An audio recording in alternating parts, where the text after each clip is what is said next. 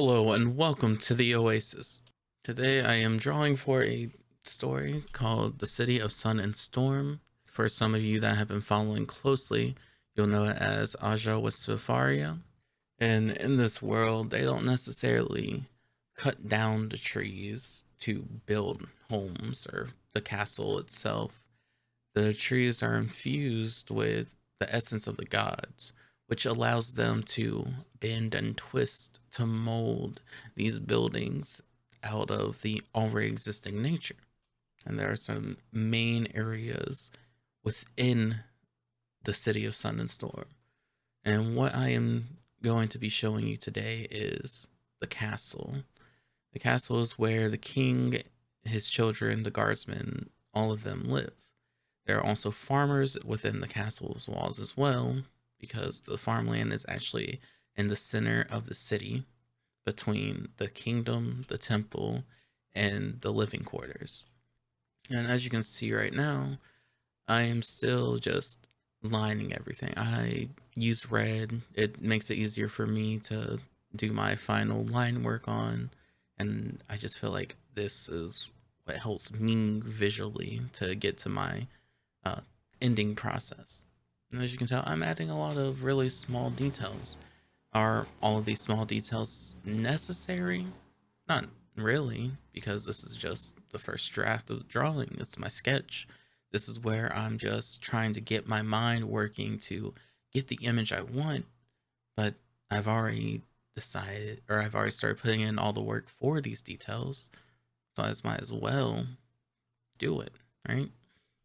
And you'll see in a few moments when I'm about to start my line work, the sketch, the opacity of it will drop. The background color will change from white to gray just to make it a little bit easier on the eyes, because at this point, I've already been going at it for over 30 minutes, and that's 2 minutes of footage for it being sped up, because all of this is sped up. And you'll notice that I work from right to left instead of left to right. I just feel like I have a hard time usually filling up one part of the screen. So that's why I started working that way, because I want the focus to still be drawn towards the center of the image. At the same time, I don't want to leave anything too blank.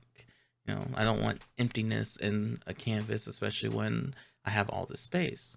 And so I'm taking my time. I'm really making sure I'm getting this looking good, because it's for my story. I made the story. But since we've been talking about my process for the art and where this art is from, how about we talk about why? The why is because I want people to be able to visually see my creation. I want you to be able to understand where I'm going with the story and what it means to have a city of sun and storm. Why is it the city of sun and storm? What makes the city of sun and storm? And it's this: it is the world around it being infused with the essence of the gods, allowing for creation within the city limits, or, well, in the forest as well. There are so many things infused with the essence of gods that things have been changed, crept around, illuminated. You have god fruit, which are just fruit that are filled with the essence of gods. You have creatures in the forest that are filled with the essence of gods because they usually eat the god fruit and other vegetation within the forest. And even the king himself is infused with the essence of the gods. Now you see, there's a very big reason why the kingdom and the temple are separated in such a way. And that's because the king has casted away the beliefs of the gods, because he feels he is above the gods at this point in his life. He has been alive for hundreds of years. He remembers when the last god was chosen, basically. So he is older than one of the two existing gods now. But that's one of his greatest secrets. Not everyone knows he is so old or so wise, or knows the things that he knows because he was there before their life, the end of their life, and the generation before and beyond. But that's how he is. No, but that's how he knows that he is above the gods. He truly believes that the gods are beneath him, and he exists to break away from the gods and lead his kingdom into a new path of greatness. Now, I don't want to get too into the grimy details of things, but he has multiple sons. They are princes.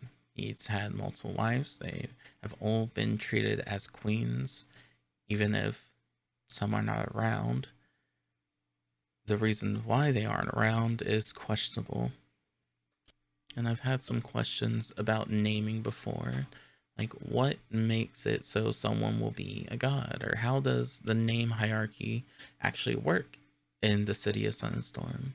And there are some small rules to either have you be put towards the temple or the kingdom for being a guard or a royal servant, one of those. But then there are special names that not everyone has, like a name ending in an X. You are destined to be an oracle because X marks the spot. X is your destiny. You know that, and you will have visions and you will have all of these things that show you the future, whether it's distant or near. Now, as I said before, the king remembers when the last god became a god. What does that mean? That's because someone was born with a name that ended with an L.